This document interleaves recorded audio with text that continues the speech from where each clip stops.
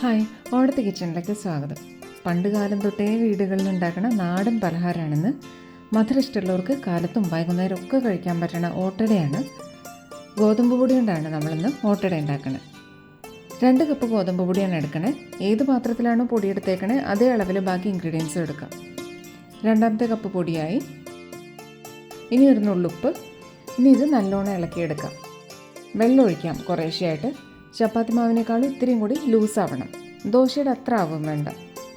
ഗോതമ്പ് പൊടിയുടെ നേച്ചർ അനുസരിച്ച് വെള്ളം അബ്സോർബ് ചെയ്യണേലും വ്യത്യാസം ഉണ്ടാവും. വെള്ളം കുറഞ്ഞ് ഓട്ടട സോഫ്റ്റ് ആവില്ല. ഇത് അരിപ്പൊടി കൊണ്ടും ഉണ്ടാക്കാം. ഇടിയപ്പത്തിനൊക്കെ ഉപയോഗിക്കണ നൈസ് അരിപ്പൊടിയില്ലേ, അതുകൊണ്ട്. ഇപ്പോൾ ഇതാ ഇങ്ങനെ ലൂസായിട്ട് എടുത്തിട്ടുണ്ട്. ഇനി ഇത് മാറ്റി വയ്ക്കാം. ഫില്ലിങ്ങിൻ്റെ കാര്യം നോക്കാം. 2 കപ്പ് നാളികേരം ചെറുകിയത്, 3/4 കപ്പ് ശർക്കരപ്പൊടി. ശർക്കരപ്പൊടി വേണമെങ്കിൽ 1 കപ്പും ആക്കാം. മധുരം ഇഷ്ടമുള്ളതിനനുസരിച്ച് 1 കപ്പ് വരെ ഉപയോഗിക്കാം ശർക്കര. ഏലക്കായ പഞ്ചസാരയും ചേർത്ത് പൊടിച്ചതാണ്. 8 ഏലക്കായ എടുത്തായിരുന്നു. ഇതിൻ്റെ പകുതി ചേർക്കാം.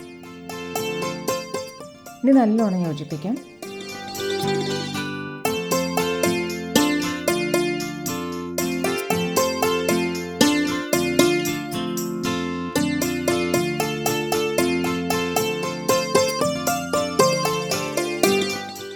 വാഴയില മുറിച്ച് കഴുകിയെടുത്തിട്ടുണ്ട്. കുറച്ച് വെളിച്ചെണ്ണ തടവാം. ഓട്ടടയ്ക്ക് ഇലയിൽ ചിലർ നെയ്യ് ചേർക്കും.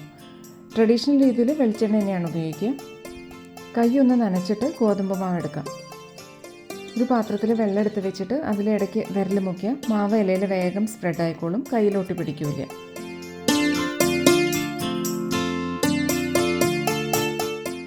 ഇല മുഴുവനും ആവണ പോലെ പരത്തിയെടുക്കാം.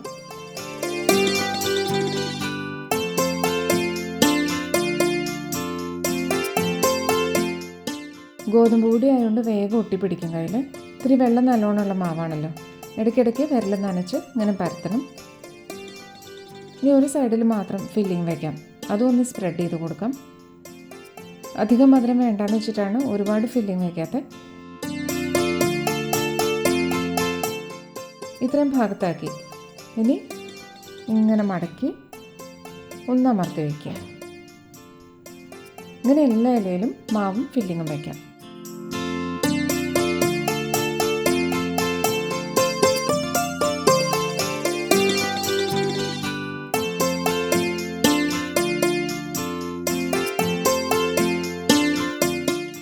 വേഗം ഉണ്ടാക്കാൻ പറ്റുന്ന പലഹാരമാണ്, ഹെൽത്തിയാണ്. എല്ലാ ഓട്ടടയും ആയിക്കഴിഞ്ഞു. ഈ കണക്കിനനുസരിച്ച് ഉണ്ടാക്കിയപ്പോൾ 6 ഓട്ടടയുണ്ട്. നമ്മൾ അത്യാവശ്യം വലുതായിട്ടാണ് ഉണ്ടാക്കിയിരിക്കുന്നത്. ഏകദേശം ഒരേ വലുപ്പത്തിലാണ്. ഇനി ദോശക്കല്ലിലിട്ട് ചുട്ടെടുക്കാം. പഴയ കാലത്തെ ദോശക്കല്ലാണ്. വാഴയില കരിഞ്ഞു പോകാണ്ടിരിക്കാൻ വേണ്ടി ഇത്തിരി വെളിച്ചെണ്ണ. കല്ല് ചൂടായിട്ടുണ്ട്. ഒരു ഓട്ടട വെച്ചിട്ട് തീ കുറച്ച് ഒന്ന് അടച്ചു വയ്ക്കാം. 2 മിനിറ്റ് കഴിഞ്ഞു. ഇനി തിരിച്ചിടാം.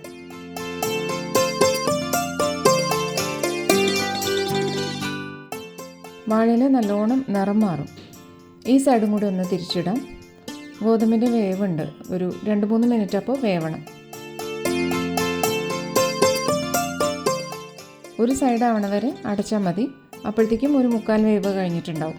അപ്പോൾ തിരിച്ചിട്ട് കഴിഞ്ഞാൽ പിന്നെ അടച്ചു വെക്കണമെന്നില്ല. ഇങ്ങനെ എല്ലാ ഓട്ടട ഉണ്ടാക്കിയെടുക്കാം.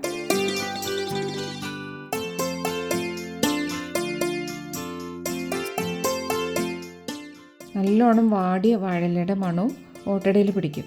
അപ്പോഴാണ് ശരിക്കുള്ള സ്വാദ്. എല്ലാം റെഡി ആയി കഴിഞ്ഞു. എല്ലാം തുറക്കുമ്പോൾ തന്നെ നല്ല മണമാണ്. ഇലയിൽ നിന്ന് വേഗം വെട്ടുവരികയും ചെയ്യും. ഉള്ളിലെങ്ങനെ നിറയെ മധുരം. ഉണ്ടാക്കി നോക്കുക. ഇഷ്ടമായ ഓടത്തെ കിച്ചൺ ലൈക്ക് ചെയ്യുക. Thank you.